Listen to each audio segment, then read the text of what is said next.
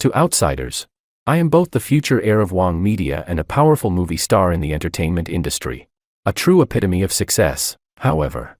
My fiancée and my older sister have hated me for 10 years. They are convinced that I bullied their beloved Makoto, and at my engagement party, they exposed my alleged crimes to the public. My fiancé said, "He's just a scum who bullies his classmates. I will never marry him." In the live-streamed video, Makoto calmly smiled and said, "I don't blame him anymore." Looking back, the light boat has passed through countless mountains. Overnight, his fame soared. While I was vilified, attacked by extreme fans with acid, and driven to despair, in my desperation, I chose to end it all with him. When I opened my eyes again, I was back in my final year of high school. Makoto, who looked much younger, was standing not far away, pouring water over his head while smiling at me. "Have you figured out how you're going to apologize to me yet?" In the next moment, I lost it. I grabbed his collar and dragged him into the restroom. Pushing his face into the toilet bowl, I laughed. "I'll teach you what real bullying is, with a filthy mouth like that. The mouth is for speaking, not for farting." Chapter 1. The last memory of my previous life was the agonizing pain of sulfuric acid splashing into my eyes. A death-like agony. Through the excruciating pain, in my blurry vision, I found Makoto with his arm around my sister, and I grabbed a cake knife and rushed over to stab it into his chest. Through gritted teeth, I said, "Let's go to hell together." When I opened my eyes again, the vividness of the surroundings stunned me for a moment, until I saw the younger Makoto not far away. He was wearing a faded school uniform, twisting open the faucet and pouring water over his head. As he did so, he smiled and asked, "Guess what? Will they believe me, or will they believe you?" I suddenly realized, this was the day when I was first accused of bullying him in my previous life. Seeing me frozen in place, Makoto's smile deepened as he said, "Have you figured out how you're going to apologize to me yet, Mr. Wang?" Haha. New and old grudges surged within me. I rushed forward, grabbed his collar, and dragged him into the restroom. In his sudden, piercing scream, I shoved his entire face into the toilet bowl. Through gritted teeth, I said, "You think you can pin the blame on me just by pouring some cold water on yourself? Let me show you what real bullying is." Makoto struggled like a madman, his arms flailing wildly like an engine running at full speed. But he still couldn't break free from my grasp. All he could do was bury his face in the dirty water, mumbling in a muffled voice, "Asshole, George, get the fuck off me, gurgle gurgle." I laughed to the sky. "Your mouth's so filthy, make sure you wash it before you go complain." Whether this was a return to the past or a post-death illusion, it didn't matter. I completely lost it. Chapter 2. In my previous life, I died on the most glorious day of my life. That day, I won my third Best Actor award, dressed in a bespoke suit, standing next to my fiancée, Willow, at our grand engagement party, which was being live-streamed across the internet. Willow arrogantly announced to everyone, "I will never marry a scum who bullied his classmates back in high school." In my incredulous gaze, Makoto walked up from the crowd. He smiled calmly and said, "George, do you remember me, the Makoto you bullied for 10 years? You probably didn't expect that one day I'd be standing on equal ground with you, but it's okay. I don't blame you anymore." Looking back, the light boat has passed through countless mountains. The live stream went viral, and his fame skyrocketed. Before I could react, a group of reporters, arranged by my sister and Willow, rushed in and surrounded me. Someone asked, "Mr. Wang, we've heard that you still have the habit of bullying newcomers on set, acting like a diva." Some extreme fans charged out of the crowd, throwing sulfuric acid at my face while shouting, "Bullying scum, die." The liquid splashed across my face, and the searing pain clung to my skin. My vision blurred, and I could no longer see clearly. I fell from heaven into hell in an instant. When I came to, I let go of him. I looked down at Makoto, lying on the ground, barely conscious. His once arrogant face was now covered in filth. I couldn't help but laugh. I chuckled. Cry, go tell the world that I bullied you. I'm waiting for the show." My voice rose suddenly. I thought of the pain of the sulfuric acid burning my face in my past life and stepped hard on his face twice. Only then did I turn and leave. Downstairs, my deskmate, David, was waiting for me. He said, "The PE class has already started for a while. What were you doing upstairs?" I casually replied, "Oh, I was just bullying the new kid." He turned to look at me in shock. "What?" I said. "The famous V once said, when the whole world thinks you're a bully, you better really be one." David asked in confusion, "Who's V? Did he really say that?" I answered, "That's not important." We walked to the edge of the playground and ran into Willow. She wasn't in my class, but everyone knew she was my childhood friend and fiancée. Willow's gaze slid past my face, subtly landing on what was behind me. She frowned and said, George, why are you so late? Oh, I heard a new transfer student has come to your class. In my past life, whenever Makoto and I clashed, she would always advise me to be more magnanimous, to apologize to Makoto, and let things slide, making it seem like she was on my side, but in reality, with just a few words, she solidified my guilt as a bully. Thinking of this, I was filled with rage. Without warning, I slapped her hard across the face. She covered her face, her expression filled with disbelief. David, standing by, was once again stunned. For a brief moment, anger flashed across Willow's face. But the next second, she adopted a pitiful look, raising her eyes, pulling my hand, and tearfully said, "What's wrong, George? Did I do something wrong?" Chapter 3. In my previous life. It wasn't until much later that I found out. When Willow was a child, she had been abandoned at a theme park by her mother and was taken in by an orphanage for a while. It was there that she met a bright, cheerful little boy. They shared the same bed, and he gave her a piece of candy. He was the only light in her life. That light was Makoto, and when he transferred to her school on the first day, Willow recognized him immediately. She had always believed every word Makoto said about me bullying him, hating me to the core, but because of her illegitimate status, she had to submit to me. She could only marry me for the Liu family to accept her as their daughter. Thinking of this, I said, "Let's break up." Her pupils suddenly shrank, and she asked, "George, why? You have to give me a reason." I raised my left hand, rubbing the places where she had touched with my right hand. Staring at my palm, I said, "I don't want to date the daughter of a mistress. It's dirty. Is that reason enough?" Afterward, David cautiously asked if I had gone mad. I wasn't surprised he asked that, because back in high school, I had been so straightforward and passionately in love with Willow. I would pick her up after school every day, buy her flowers and gifts, stay up late to bake cookies for her, looking all messy, and still smiling as I handed them to her. My favoritism was so obvious that the whole world knew. But now, it was different. The George who just entered senior year of high school was dead. Standing here now was George, the love assassin, the one who had died once. The whole day passed, and Makoto didn't show up again. I knew he still cared about his reputation. The whole bullying thing would not sound good if it got out. If there were risks, he wouldn't make a move easily. Soon, Saturday came, my 18th birthday. My parents had mentioned earlier that they would throw a grand dinner to celebrate my coming of age. But something urgent came up at the company, and they had to be late. The crystal chandeliers sparkled brilliantly. I wore a bespoke suit and walked into the living room with an air of indifference. From a distance, I saw my sister, Sophia. She was dressed in a black corset evening gown, her face indifferent as she called out to me, "George, come here." I walked over, pretending not to see Willow, who was standing next to her with resentful eyes, or Makoto, who looked troubled. I smiled carelessly.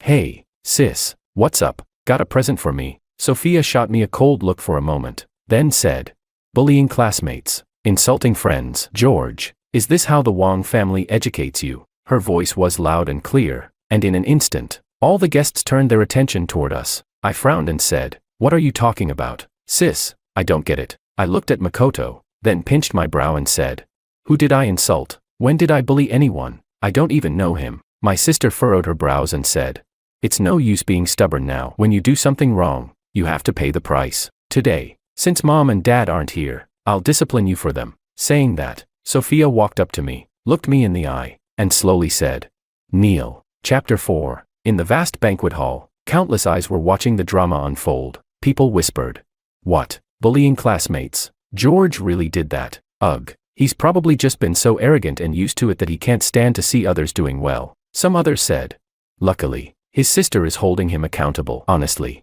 Wang family's son is a lost cause. The family would be much better off without him. Under Makoto's smug and provocative gaze, I stood tall. With a smile, I replied with biting sarcasm, "What nonsense is my dear sister spouting? People who know us would think you're Sophia, but those who don't might think some ancient ghost has possessed you. In this lifetime, I kneel to heaven, to the earth, and to my ancestors' tablets." I stretched my neck and looked her up and down for a moment, then grinned maliciously, saying, "How about this? You go outside and jump off a building. I'll kneel right here and give you 3 kowtows as you leave." Sophia's face flushed bright red. Makoto, hands behind his back, feigned a concerned expression and said, "Student Wang, I know you don't like me, but bullying me is one thing. But how can you speak to your own sister like this?" He sighed heavily, looking deeply pained. Willow, standing nearby, caught the look and a glimmer of joy flickered in her eyes before she nodded sadly, softly saying, "George, if you've done something wrong, just admit it and apologize. There's no need to act like this." I widened my eyes and, frustrated, responded. Sorry, I don't understand dog barks. Could you repeat that in a language humans speak? Shut up. Sophia bit her lip. George, you're shameless. Do you even know what manners, righteousness, integrity, and shame mean? Who taught you to speak like this, with nothing but filthy words and no upbringing? I wasn't surprised by my sister's words. She had always acted superior, and the thing she enjoyed most was lecturing me. When we were younger, everyone used to joke about this being the bloodline suppression between siblings. She loved me deeply but was strict with me. But in this life, I knew full well, she simply hated me. She believed that my parents favored sons over daughters and that they only had me so she could have a brother to inherit the family business. Even though that wasn't the case, in her heart, she thought I had taken everything from her, and she wanted to prove that I was useless and that she was far superior. So no matter what I said, she would never believe me. Instead, she would stubbornly drive me deeper into shame with strong prejudice. I curled the corners of my lips into a sneer and coldly said, "Who taught me?" "Well, since you asked, dear sister, our mother is too busy taking care of Dad to have time to teach me. So, of course, my shamelessness is all thanks to you." I paused, then lowered my voice to use her most hated words, deliberately provoking her.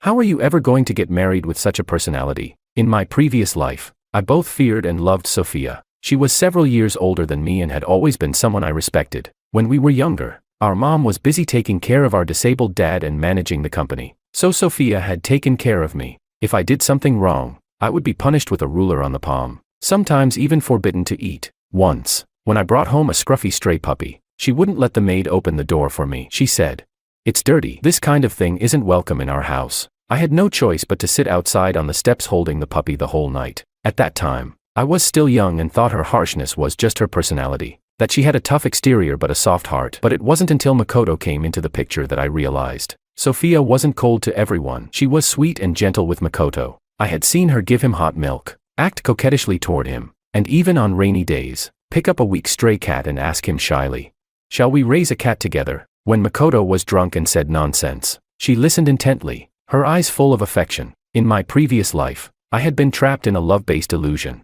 I was confused about why Sophia hated me so much, and why my fiancé always seemed to be siding with others. But in this life, I finally woke up. I was an independent individual. Just because there was no love, didn't mean I couldn't live. Chapter 5. The birthday banquet ended in an unsatisfactory way. When Sophia and I were clashing, my mom finally pushed my dad back into the room. They politely thanked the guests and sent them all off. Makoto still tried to pull the same trick in front of my dad, continuing to slander me. However, my dad gave him a cold smile and shut him down, saying, "Sorry, this is a private family matter. Please leave now." Makoto froze for a moment, casting a helpless glance at my sister before turning to leave. Once only Sophia and I were left in the house, and after my mom had settled my dad in his room, she spoke. "All right, now tell me what's going on." Before Sophia could say anything, I cut her off. A while ago, a new transfer student came to school. On his first day, he splashed water on himself and insisted that I did it, accusing me of bullying him. Later, I found out that this person is the poor student my sister has been sponsoring. His name is Makoto. Sophia, sitting on the sofa, suddenly looked up at me, shock evident in her eyes. Surprised. "Huh, sister. I had already discovered the secret connection between the two of you." I rubbed my forehead, my tone filled with disappointment. "Honestly, it's no big deal. It's just a birthday party. All I want to know is, I don't understand why my sister doesn't believe me. Isn't it just playing dumb? Who can't do that?" But just as I thought that, my mom spoke.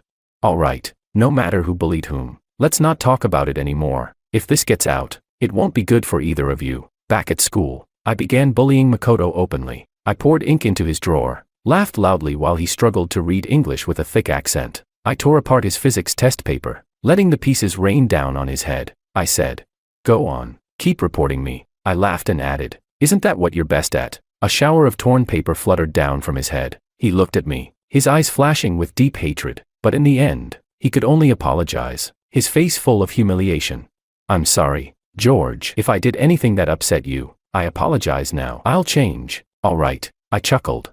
"Just you existing is enough to make me unhappy." I raised an eyebrow. "How are you going to change? Should you just die now?" He was speechless, unable to say a word. He could only continue begging for my forgiveness. It was the first time I realized how satisfying it felt to be the villain. Of course, he went and told the teacher. The teacher called me to the office. With a dazed look and a frown, I recounted what had happened at the birthday banquet. Finally, I took out a medical certificate from the hospital and said, "That day, because of his rumors, my sister humiliated me in front of so many people. I lie awake at night thinking about it. I'm tormented and can't sleep. My chest hurts, and even when I manage to sleep, I wake up startled from nightmares. I'm still seeing a psychologist, taking medication. The doctor says I have severe depression now." In the end, the teacher had to console me. Everyone could clearly see how much I despised Makoto. David, still confused, asked, "Why are you targeting him like this? Did he do something bad to you?" I turned to him and smiled.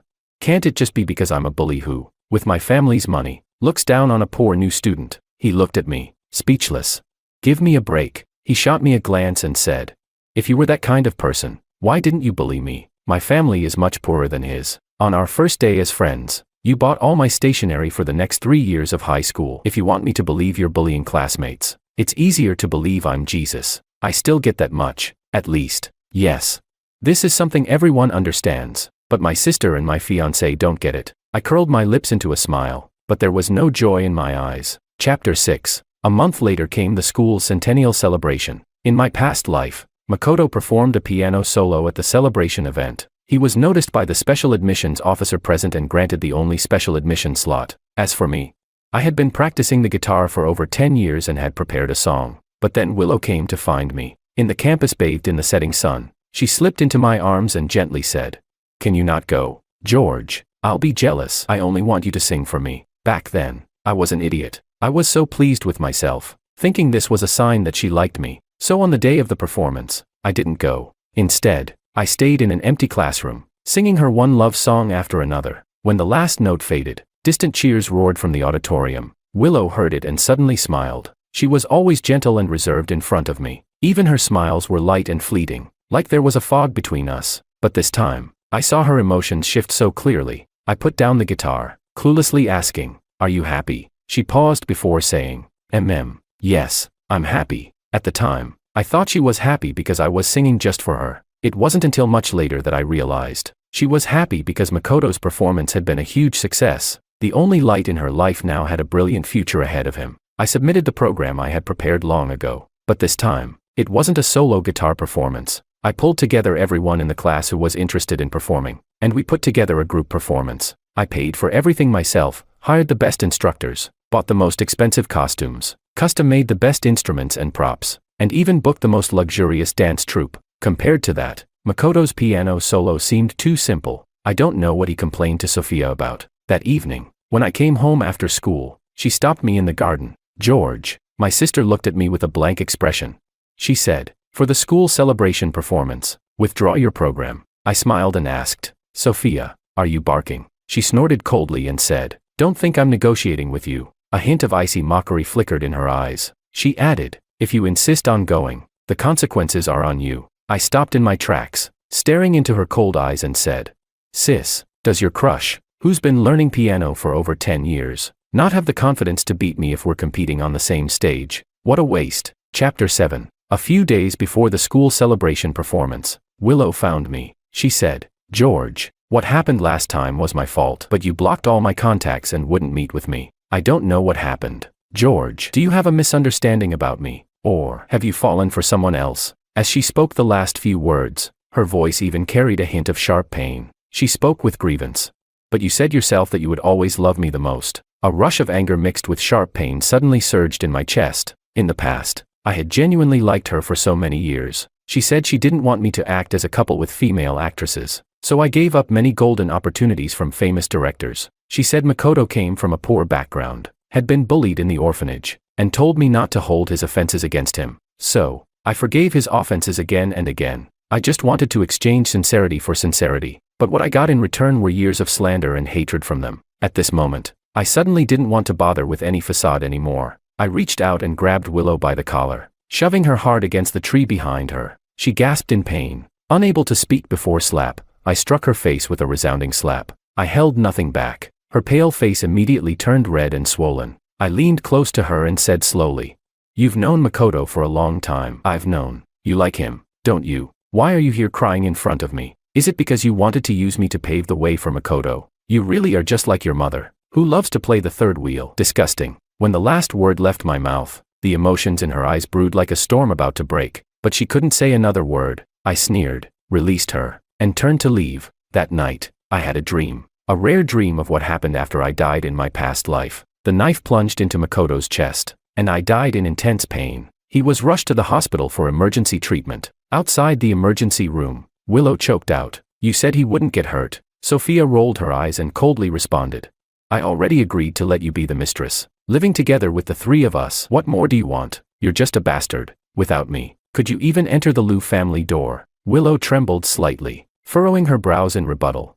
"Did you help me?" Clearly, it was. She stopped halfway, pressing her lips together. Sophia snorted coldly.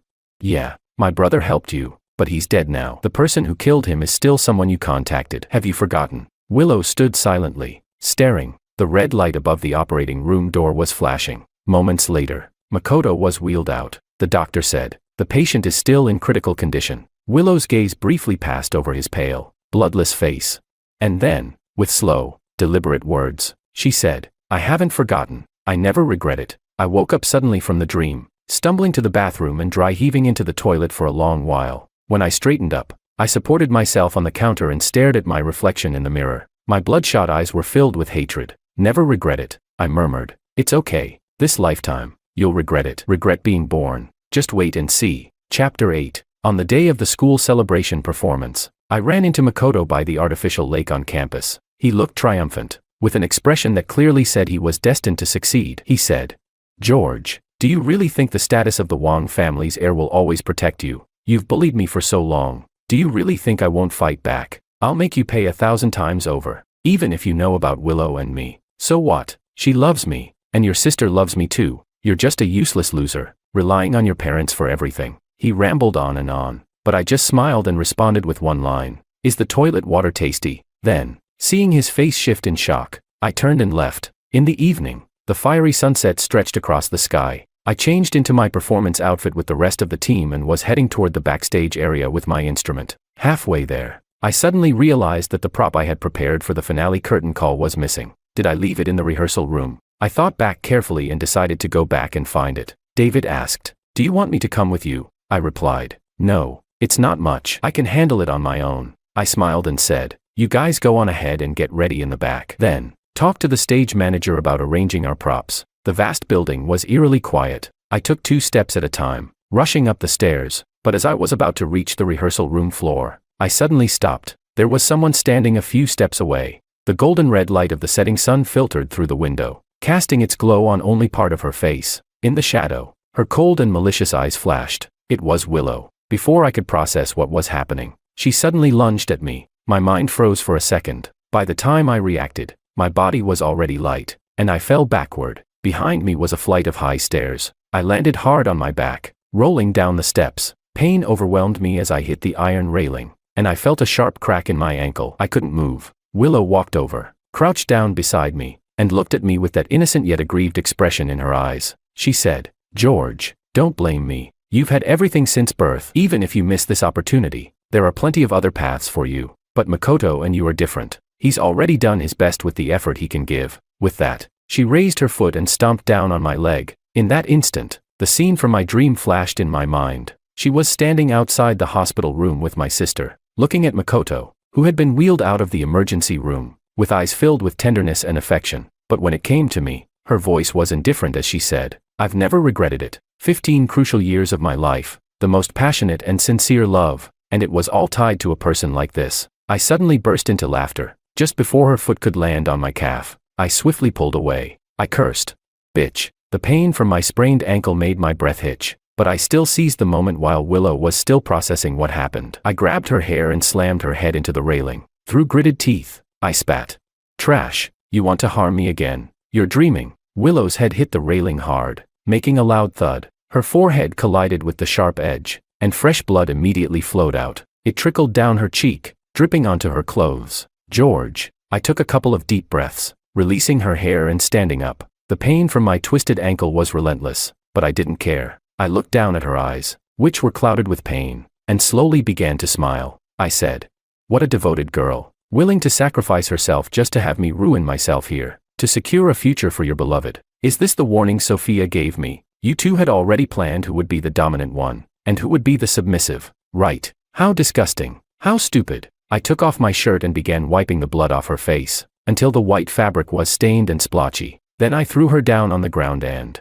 with the darkening sky, ran toward the grand hall. From afar, I could hear the distant, melodious sound of a piano. Makoto was indeed playing the same piece from my past life, Clair de Lune by Debussy. He was sitting at a pure white piano, dressed in a custom suit. The stage was completely dark except for a single spotlight shining on him, making him appear like the only star in the night, just like in my past life, when he had climbed over my blood to reach the top during my engagement banquet, so dazzling that it almost blinded me. I ran down the narrow aisle between the rows of seats. I pushed past the security guards and the host who tried to stop me. I jumped onto the stage, standing in the one spotlight. I kicked Makoto over and punched the piano. In his shocked and dumbfounded gaze, I shouted in rage, "Play, play, play. I'll make you play. Send someone to harm me, and you still dare to sit here playing piano. Damn it." Chapter 9. Of course, I knew. In the audience, there was a special admissions teacher. In my past life, after Makoto played Clair de Lune, he was contacted by the teacher at the end of the performance, offering him the only special admission spot. Makoto accepted. This was just the first step toward his brilliant future. Later, with Sophia's help, he was taken under the wing of a legendary music master, becoming his disciple. As for me, due to a film role, I was cast as a genius pianist with autism. Through my agent's arrangement, I went to study under that same master, but just as I had a brief encounter with Makoto. When I returned home that evening, Sophia was waiting for me at the door. She looked at me with disdain and asked, "George, when will you stop? Just because you can't compare to Makoto. You hate him so much. You even rip up the music sheets he gave the teacher. You're such a rotten person." I stood there in confusion for a few seconds, trying to process. But before I could defend myself, she interrupted me. "You're just a little liar born from an old con man. Full of lies. I won't believe a single word you say." Amid the murmurs of the audience, I heard someone scream, "Blood. Look, he's covered in blood." My shirt was stained with a mix of blood and dust. My body was covered in grime, and my ankle was swollen and bruised. Every detail of my appearance confirmed the truth of my words. Makoto, still holding the piano bench, struggled to get up. The look in his eyes was filled with deep hatred and resentment, but eventually, he returned to his usual polite demeanor. He said, "Wang, I don't know what you're talking about. There must be some misunderstanding, but this is my performance, and out of respect for the audience, you shouldn't have barged in like this." Sophia angrily stood up from the audience, yelling at me, "George, are you crazy?" I ignored her, shoving Makoto aside and sitting down at the piano. I began playing Beethoven's Symphony No. 5. In my past life, I had practiced this piece for 3 solid months, learning it thoroughly to play it authentically in the film. Though I wasn't a virtuoso, it was enough for this moment. The stirring music filled the empty hall, resonating with the faint hum of electricity. When the piece ended, I turned to face Makoto, my voice firm and clear. "You ruined my engagement party. You sowed discord between my family and me, spread rumors about me in front of my family and friends. Those were small matters. I'll repay you in my own way. But when you had Willow push me down the stairs, trying to break my leg just to keep me off this stage," I paused for a moment, watching his face go pale, then sneered, "Your piano is the one thing you take pride in, and yet you can't even compete with me in this. Did you lose all confidence?" The stage erupted in chaos. Eventually, the teacher in charge of the school celebration performance dragged Makoto and me off the stage. The host quickly came forward to regain control. Our group performance was up next. I passed by the other performers backstage. David rushed over and grabbed my hand, asking, "George, what happened to you? Are you injured? I should have gone with you." I smiled. "I'm fine." I patted his shoulder and reassured him.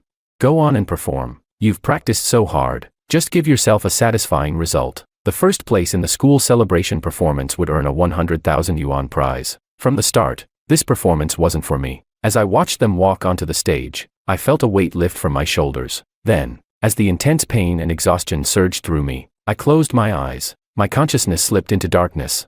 I woke up in the hospital. That night, Sophia stormed into my room, fuming. "Crazy, George, you're insane." She had wanted to push her beloved Makoto into the spotlight, to see him shine. But I understood her deeper intentions. Destroy a man, then raise another man in her attention. It was the ultimate proof of her superiority over men, wasn't it? But how could I give her such an opportunity again? I laughed. So what? He didn't even finish his piece. The plot to break my leg got exposed, and now he won't get into the school he wants. I suddenly remembered something. Oh right, your accomplice Willow is still lying on the floor of the complex building. If you get the chance, make sure to send her to the hospital. I grabbed the blanket and laughed. causing my sprained ankle to throb painfully, distorting my facial features. In the reflection of her pupils, I saw myself now. It was like madness. Or maybe, from the day I died in my past life, I had already become a madman. Sophia instinctively took 2 steps back, but the terror in her eyes was fleeting. She quickly regained her usual cold, high and mighty demeanor. She said, "Does it matter, George? Even if Makoto fails, you still haven't succeeded. Not only that, your crazy, delusional appearance was fully captured on the cameras. This time, you can't just fake a diagnosis and get away with it. The school has already contacted our parents and is preparing to expel you." But the next second, ha ha ha, I laughed loudly. "Expelled? Do you think I care about that? Sophia, don't forget, I'm a Wang." Just like Willow said, if this path is closed, I still have many others to take. From the start, my only goal was to bring Makoto down. That's it, I thought to myself. The slanders he made against me in my past life, I would make them all come true. The path he walked in his past life, I would block one by one. Our debts aren't paid yet. Makoto. Chapter 10. Under the eyes of the public, I caused a scene at the school celebration and even hit Willow and Makoto. The incident of me bullying Makoto at school also spread online, triggering a considerable public controversy. The dispute between the rich and the poor, whether 10 years ago or 10 years later, always generates enough buzz. The difference this time, though, was that because I spoke clearly on stage, with my disheveled appearance, and the extreme anger and madness in my fate, many people started to side with me. One netizen commented, "Maybe it's not just the rich bullying the poor. His music doesn't seem like the type of person to do that." Another replied, "I'm laughing. The person above must be a paid commenter, using music to predict someone's character." Someone else added, "Forget everything else. Just look at his state. His ankle is swollen like a loaf of bread, covered in blood. Who bullies others and ends up like this?" Yet another person commented, "Forget everything else. This guy's mental state is 8 versions ahead of the times." Finally, David and my other close friends started engaging with netizens. "My brother Wang is a man of principle. He's not like what you're saying. It was Makoto who provoked him first." The online debate escalated. During the days I stayed in the hospital, I had no idea what Sophia had told my mom. In any case, when I was discharged and returned home, she looked at me with a cold expression and said, "It's been a while since I've kept track of you, and you've become this lawless. Since your school won't let you continue studying, why not go abroad, lay low for a few years, and come back once things calm down?" I wasn't surprised at her attitude. She was very biased towards Sophia. The reason seemed simple. I was born through a difficult delivery, which had already marked me with a sense of guilt. Back then, my sister had been easy to raise, never crying or causing trouble, which led my mother to believe raising a child was simple. She had suggested to my father to have a second child so we could look after each other. This was her idea. But after I was born through a difficult labor, she insisted that my father had wanted a son to carry on the Wang family name. Otherwise, she wouldn't have suffered through childbirth. She said I was a debt to her, and that I owed my sister. So when the engagement party incident happened in my past life, my mom knew everything. But she never told me until I died. But honestly, I didn't care. I tugged at the corner of my lips and said, "All right, sounds good." I was thinking of going abroad to study finance, major in business. Both of them froze for a moment. When my mother looked at me again, there was a layer of deeper meaning in her gaze. Chapter 11. My school application was quickly processed. Willow's injuries were far more severe than mine. Even after I recovered, she was still lying in the hospital. When David came to visit me, he said, "I heard Makoto went to see her." He comforted her, saying it wasn't her fault. "It's because you're too heartless. They're a pair of fools. They wanted to break your legs." "How is that heartless on your part?" I glanced at the fruit basket in his hand and said, "That's really expensive, isn't it? You guys can keep the bonus for yourselves." He sighed and replied, "It's fine. Everyone knows you're going abroad, so each of us chipped in a bit and had me buy it for you." He placed the fruit basket on the table, took a deep breath, as if making a decision, and said, "George." I responded, "What?" He said, "I've always felt like you know something I don't. Ever since Makoto transferred here, something changed. I don't know how to explain it. If you don't understand, just consider me rambling." He leaned in carefully and gave my shoulder a soft tap. He said, "Man, come back soon. When you return to the country, we're still friends." The night before I left, I was pushing my dad's wheelchair, sitting with him on the balcony, where the evening breeze gently blew. He looked at me, as if hesitating to say something. I held his hand, looked into his eyes, and said, "Dad, don't worry about me. In my past life, my dad died in a tragic accident caused by falling debris when he was still around. Even though my mom was biased and Sophia was always against me, she never dared to attack me directly. As I thought about it, A sudden chill ran through me. In my past life, towards the end, Sophia had become like an obsessed fangirl, almost going crazy over Makoto. The accident that killed my dad happened when Sophia had pushed him out for a walk. Could there have been more to this accident than met the eye? I tightened my grip on his hand without realizing it and said, "You must stay safe and take care of yourself." After a pause, I added, "You have to be careful of Sophia," he replied. "George, you seem different somehow." My dad stared at me blankly and sighed. He said, "In the end, I failed as a father. If I hadn't had that car accident and handed the company over to your mother, you wouldn't have to be going down this path." Then, he sighed again, gritted his teeth, and scolded me. "If I weren't so limited, I'd stop you from getting involved with that Liu family's illegitimate daughter." What did I tell you back then? I said she had ulterior motives. I told you to look at her carefully, but you insisted on arguing with me. You said she was a good person and called me old and senile. Look at you now, after all your flattery. You have nothing left. For your birthday, I had your mother transfer some shares to you, and you embarrassed me by saying you weren't interested in managing the company. You said your sister should take over. You made me so angry. I hoped you would be smarter and more decisive. But if this is the painful price you had to pay to learn, I'd rather you stay foolish forever. Sigh. I was really foolish in my past life, always assuming the best of others. That's why I let Makoto deceive me countless times and never truly took action against him. In the end, I died at my own engagement party. I rubbed my eyes and chuckled lightly. Don't worry, Dad. This cruel world of the strong eating the weak, only fools get eaten. I thought to myself, it's a shame. I only understood this lesson after dying once. Chapter 12. The year I went abroad. I was 18.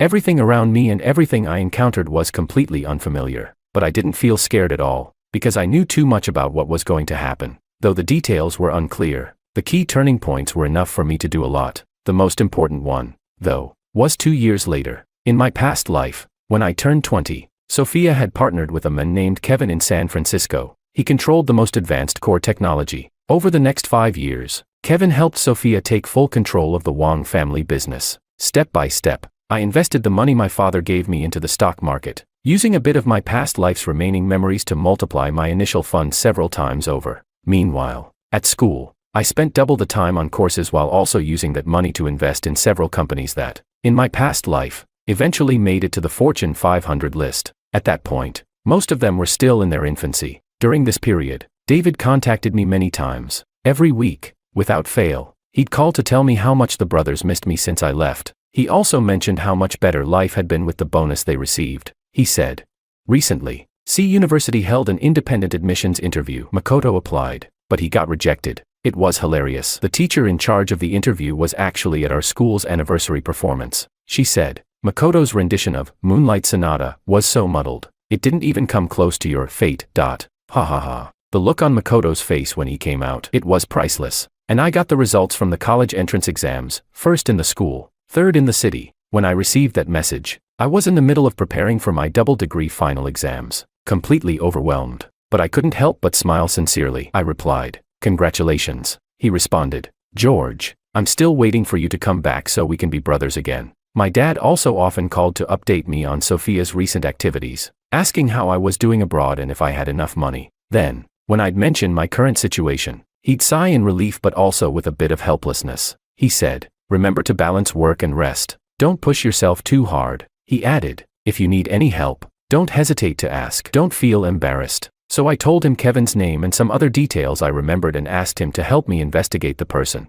I said, "Make sure to keep this from Sophia." I arrived in San Francisco a month earlier than Sophia. Outside the school, as I was about to ask someone for directions, I suddenly saw a familiar face on the lawn not far away. It was Kevin, looking several years younger. He was standing in front of a tall, thin girl with short hair and glasses, who was staring at him coldly. The girl said, "That's my research. Who gave you the right to take it and negotiate a business deal without my permission?" Kevin smiled awkwardly and said, "What do you mean, yours and mine? Didn't we both work on it together?" The girl replied, "The idea was mine. The experiments were done by me, and you just helped out for a while, recording some data. How can you think you have the right to handle my work?" The girl wasn't backing down. Upon hearing her words, Kevin's expression darkened. He said, "Anna, don't go too far. We're about to graduate. Aren't I thinking about our future? What's the point of holding on to it yourself? Shouldn't we find a reliable company to collaborate and develop it to maximize the benefits?" Anna responded, "I'll say this one last time. It's my research."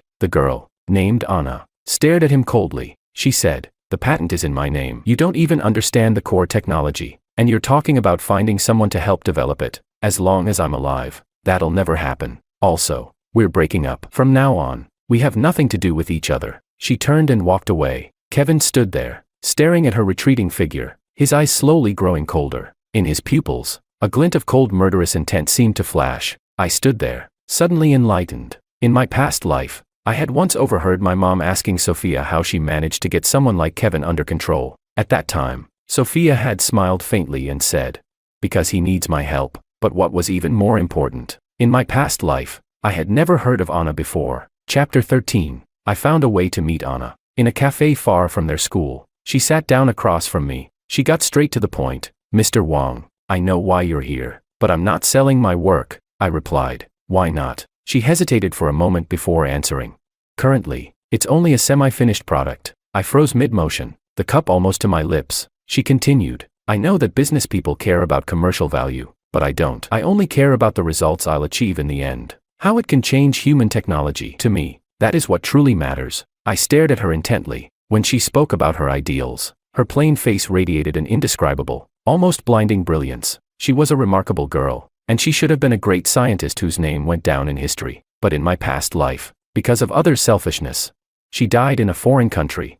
Like a speck of dust lost in the wheels of history. She said, "Mr. Wang, if there's nothing else, I'll be leaving." Suddenly, I reached out and stopped her. I looked at her earnestly. "Miss Anna, I'm willing to provide all the funding and resources you need for your research, and in return, you only need to help me with a small task. Once you have the finished product, your results will still belong to you, and history will bear your name. How does that sound?" The day I returned to my country, the first snowflakes fell, covering the ground. As I wheeled my suitcase out of the airport, I immediately spotted an advertisement beside me. It was a poster for a movie starring Makoto. Over the years, while I was abroad building my company to rival Sophia, who was gradually taking over Wang's, she hadn't been idle either. After failing the special admissions process, and her interview rejection, Makoto was still sent into a film academy by Sophia and successfully debuted in the entertainment industry. She really was as persistent as ever. I sneered, then got into the car. The car drove through the snow-covered traffic, heading straight to the company building. 3 days later, the bidding event was another crucial turning point. Anna and I spent 3 days in the office, ensuring the plan was optimized to perfection. Then, at the public bidding event, we secured the contract without any surprises. When the winning company was announced, I stood up from my seat and met Sophia's shocked gaze. "George," I smirked. "Long time no see, sis." At the end of the event, she chased me down the hallway and blocked me. With disbelief still in her voice, she asked, "Rainy season is your company. You hit Anna after she went missing, didn't you?" I laughed. Calm down, Sophia." I raised an eyebrow. "What do you mean? Hit her? You and she don't even know each other. Why are you so obsessed with finding her? Don't tell me you're planning something illegal." Then, seeing the frustration in her eyes, I laughed and walked away. This time, I returned to the country in a very high-profile manner. After securing the contract, I began socializing widely, meeting many notable figures in the business world, holding exclusive rights to Anna's patent and having just snatched a major project from Wang's. Everyone treated me with the utmost politeness and friendliness. It was something I had never experienced in my past life. Despite having won 3 Best Actor awards, people really need to control the means of production. I raised my glass, reflecting. David, sitting beside me, turned and gave me a once-over. "I feel like you went abroad for 4 years, but came back looking like you've aged 10 years, I replied. "That's normal, right? After all, when you're 18, you can act reckless because you're young. Now that I've graduated from college, before I show my fangs, I need to at least look respectable." With that, I raised my paddle and called. 2 million. Makoto suddenly turned around. Willow, sitting next to him, also looked at me. The moment our gazes met, she seemed momentarily lost. I noticed a faint scar on her forehead. I found it particularly intriguing. Makoto called out, 2,600,000. Coming back to his senses, he quickly raised his paddle and began bidding against me. Clearly, this diamond-studded bracelet was something he intended to buy for Willow. Unlike my sister, the strong woman, it seemed Makoto preferred the delicate and petite Willow. I kept bidding, watching as he spent 6 million on that bracelet. I chuckled. Such deep feelings. Willow, holding the bracelet, looked at me silently. After a long pause, she softly called out, "George Gidge." I hurriedly stopped her from calling me that. "Stop calling me that. I'm going to throw up." I exaggeratedly stepped back, giving her a once-over. After a moment, I scoffed and said, "You're more capable than your little mistress, Mom. At least you succeeded in rising to the top. I wonder how you and my sister arrange your schedules. In a week, you do Monday, Wednesday, and Friday, and she does Tuesday, Thursday, and Saturday. How about Sunday together?" I didn't even try to hide the volume of my voice. Sure enough, as soon as the auction ended, business friends came to ask me what was going on. I acted embarrassed and said, "My sister and that Liu family's illegitimate daughter both like the same little actor who doesn't have a love-struck brain in their family. They're doing it for true love." How moving. I can accept anything. Not only did I gossip about the three of them, I also brought funding into the film industry and helped promote new talent. I stole several key roles from Makoto's past life. Sophia couldn't stand it and immediately retaliated against me. And just as I had been waiting for, without her making a move, how could she expose her flaws? Chapter 14. My name suddenly trended online alongside my company. Rainy season, founder George and school bullying. George spread malicious rumors about his elder sister, Makoto bullied. The video of me smashing Makoto's piano during the school celebration performance was re-uploaded. But this time, they cut off the part where I played the Destiny piece afterward. What's more, they contacted my high school classmates to prove that I indeed bullied Makoto back in the day. In the video, a female classmate said, "Yes, George didn't like Makoto at all. He tore up his homework, poured ink into his drawer, and led all the boys in the class to isolate him. But because he's a rich second generation, with money and power, Makoto couldn't do anything about it. He had to endure all the humiliation." Later, the matter blew up, and the school expelled him. Then he went abroad to study and gain some prestige. Now, he's transformed into the founder of Rainy Season. The company's stock price plummeted for several days. Several partners called me, politely asking what was going on. I knew that if I didn't provide a satisfactory answer, the partnerships would be terminated. I said, "Please wait a moment." I twirled the pen in my hand, smiling as I stalled. "We're all businessmen here, and we know that without a 10-to-1 guarantee, one shouldn't make a move easily." Fortunately, Makoto wasn't as calm as I expected. He hated me even more than in the past life, and seeing my public reputation take a hit, he took the opportunity to jump in. During a live broadcast, he mentioned the incident. I remember back then when the teacher asked me to read the text aloud. Since I went to a village school, one teacher taught many subjects, and they only taught basic English. It's a bit embarrassing, but when he laughed, that was the first time I realized my pronunciation was off. At that school celebration, I also practiced a lot. I had been learning piano for so many years. His tone sounded calm, but at the end, his eyes reddened slightly. The comments section, whether from curious onlookers or Sophia's hired trolls, was flooded with, "Brother, you're not embarrassing at all. You're already amazing." It's his shamelessness. He should reflect on himself before mocking hard-working people. Some others commented, "Wait, did anyone else notice that he said he went to a village school where they didn't even teach English, but also studied piano for over 10 years? Doesn't that contradict itself?" I couldn't help but laugh out loud when I saw the last comment, but it flashed by quickly, soon buried in a sea of text. The live stream that day broke 5 million viewers. The next day, my mother called me back, extremely angry, demanding that I disband the company and merge Rainy Season into the Wang Group. She said, "After studying abroad for 4 years, and now you come back and cause this mess. You should hurry up, hand over the company, and go publicly apologize." I quietly looked at her and said, "Mom, get it straight. This mess was caused by my sister, not because of my company." She snorted, "But you were the one who bullied him first." She paused and then said, "I should never have given birth to you. If it weren't for your father insisting on having a son, how could I have suffered so much? You owe me, and you owe your sister. You'll never be able to repay it." I was speechless. Dad insisted on having a son. According to your logic, our family must be so biased toward men, right? So why is my sister managing the company? Since childhood, you've had this philosophy of raising sons in poverty and daughters in luxury, with all the good food, the best clothes, and the best toys going to my sister. At that time, you said I owed her. Now I still owe her. Where's the debt? Soon, Wang Group and Liu Group announced a partnership. The two companies teamed up to target my company, stealing several major projects from Rainy Season. My mother publicly declared she wanted to sever ties with me, saying she couldn't stand having such a malicious son. In the company parking lot, I narrowly escaped an acid attack from one of Makoto's extreme fans. She, along with my mother, secretly discussed using my mental health records and the diagnosis certificate from my high school breakdown to have me committed to a psychiatric hospital. In both this life and the last, this was the dirtiest tactic they could employ, and now, my counterattack was about to begin. Sister.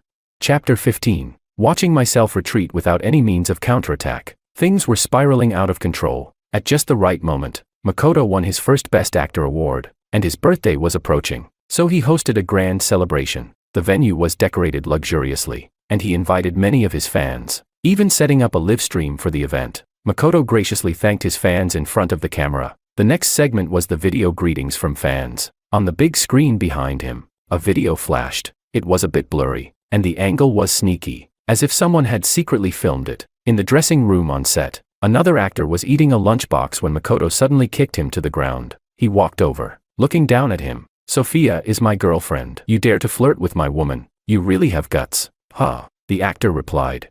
"No, Teacher Ito. That day I gave everyone on set a cup of milk tea." Makoto laughed coldly. "Do you even know who I am and who you are? You're too ignorant. Do you want me to have my girlfriend blacklist you?" In the next moment, he slammed his head into the edge of a table, falling to the ground. Makoto said, "Think about the bullying video you've been spreading about me. Once you're blacklisted, how are you going to make a living?" The last shot was him opening a blood packet and smearing it all over his face. "Turn it off," Makoto shouted, rushing forward to try to block the screen, but it was useless. The crowd of fans went wild. Amid the chaos, Makoto and Sophia's names quickly surged to the top of the trending list. One of the trending topics was, "Makoto bullied again." The number of comments was rising at an alarming rate. David, sitting beside me, was furiously typing on his phone. "Makoto, how are you bullied everywhere you go? Is the whole world against you?" And it quickly became the top-rated comment. One user wrote, "My God, he's so crazy. The corner of that table was so sharp. How could he actually go through with it, bleeding like that?" Another person responded,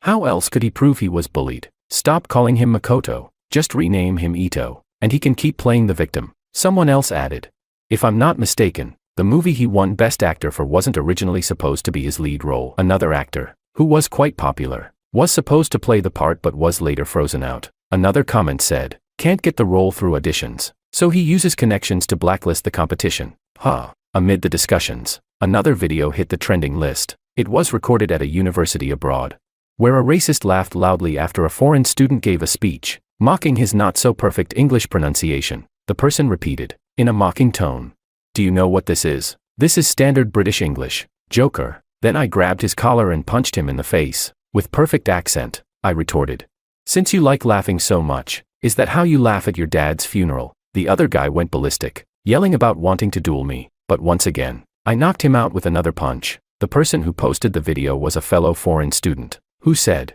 "I'm also from a poor village, born at the bottom of society, but unlike Makoto, our village didn't have a piano, nor did we have a kind benefactor giving us thousands of dollars a month. I'm just a kid who spent almost 30 years working up the courage to see the world, only to be ridiculed the moment I stepped out. I just can't stand seeing someone turn black into white, slandering the people who helped them." The comment section exploded. Wait, is this the George who was accused of bullying Makoto and mocking his English pronunciation? Finally, someone said it. Who in their village learns piano for 10 years? The logic is all messed up, and still, so many people believe it. Damn, bro, you're tough. Someone else commented, "The benefactor? Isn't Sophia Makoto's benefactor George's sister? Who knows? Maybe he's trying to fight his brother for the inheritance and is purposely slandering him." Then came the video from my 18th birthday. Makoto, trying to secure the funding, jumped off a rooftop and falsely accused another orphan at the institution of pushing him, using the surveillance footage as proof. There were also a series of sordid pieces of evidence, including my sister's involvement in the plot to have Anna killed. Among other illegal activities, my mother was implicated in quite a few of these crimes as well. Thanks to my father, who had saved a lot of these, I was able to connect the dots from both my past and present lives. I carefully gathered all this evidence and uploaded it to the trending list. Thanks to their previous manipulations, there was already a huge public interest in this feud. Once the illegal activities were brought to light, the situation erupted. The onlookers quickly called the police. They had no chance of covering this up now. Those who tried to manipulate public opinion would ultimately be consumed by it. How do you like this ending?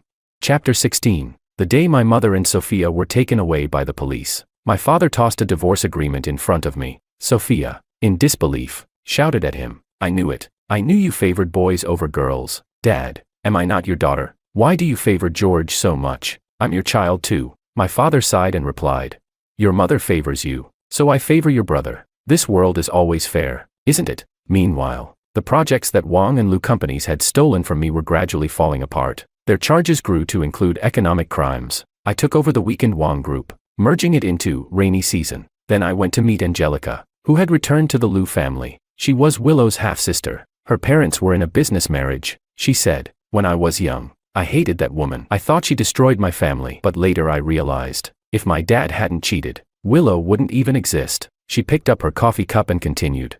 To die at the hands of her own daughter. That's her retribution. I had contacted her a year ago to form a partnership. I promised to help her expel Willow from the Liu family. In exchange, she agreed to help me with many domestic resources. This public opinion battle, for example, was largely her doing. She asked, but I'm curious, how did you guess that her mother's suicide was connected to her? I smiled and remained silent, because in my past life, that was exactly how she treated me. Before the verdict was announced, I made a special trip to the prison to visit some old acquaintances. The first one I saw was my sister. She stared at me, glaring. I chuckled. Don't look at me like that, big sis. I know what you want to ask. Being kicked out like a stray dog. I've already been through that once. You don't think I spent all these years partying abroad, living a life of indulgence, do you? The toughest period for me. I barely had time to sleep. Between classes and the company's operations, I had to hustle to make connections. I spent my time tracing the evidence of the 3 criminals from the clues left in my past life. Their methods were so practiced, they left no room for error. I was sure it wasn't their first time.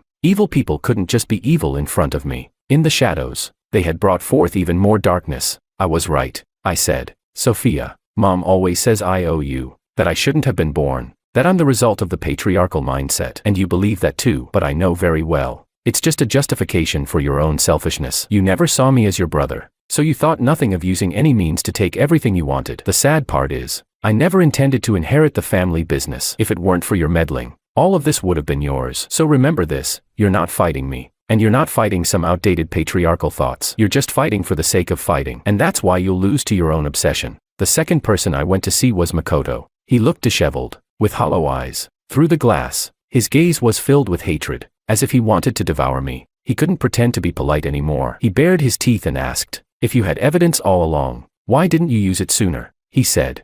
Is playing dumb to outsmart the tough guy fun? I replied. Of course it is. Otherwise, how else could you have played the role for so long? I stood up and said, of course, it's more interesting when you think you've won. I could have revealed all the evidence earlier, but that wouldn't have been enough. I wanted him to believe he had won, that he had everything. Then, on the eve of the new dawn, I would watch everything go up in smoke. That's what I experienced in my past life. This time, it's your turn. Chapter 17. The last person I went to see was Willow. Honestly, I hadn't planned on seeing her. Makoto and I had always been enemies, and Sophia was tied to me by blood. As for Willow, after my love for her disappeared without a trace, we had no more connection, but the police told me that Willow wanted to see me. So, through the glass, I sat face to face with her. She silently stared at me for a long time, until I grew impatient and stood up to ask, what do you want from me? She bit her lip and whispered. It shouldn't have been like this, she softly said. The Liu family should have been mine, and we should have been engaged by now. I stopped in my tracks and suddenly turned around. She looked at me steadily, her eyes glinting with an unreadable light. I gazed at her face. If it weren't for the faint scar on her forehead, for a moment, I might have thought I was looking at Willow from my past life. Coming to my senses, I found it all absurd and laughable. I said, just an engagement. Why don't you mention what comes after that? You used me to be recognized by the Liu family, then teamed up with Sophia to kill me. She trembled as she spoke. But, a long time later, I regretted it. She continued, but you'll never know. I really wish you could know. It was absurd. It was laughable. I said. Yes, I'm dead. Of course, I don't know. I turned away, leaning against the glass as I looked at her, and said, each word piercing the silence. But even if I knew, what difference would it make? Who cares about your regret? This time, I'm the one who wins. You're the one going to hell. Willow, this is what you deserve. The winter of that year came early. By the time I left, the sky outside had already turned dark. Anna called to tell me that she would be going abroad after the new year to start new experiments at the research institute. I said, okay, and wished her safe travels. After hanging up, I saw a message from David on WeChat, saying he was already sitting at the hot pot restaurant and that I should hurry over to settle the bill. I smiled and replied with a simple okay. Outside the car window, a crescent moon hung high in the sky, casting a faint light on the dark night. After this night passes, and the moon sets, my sun will rise again.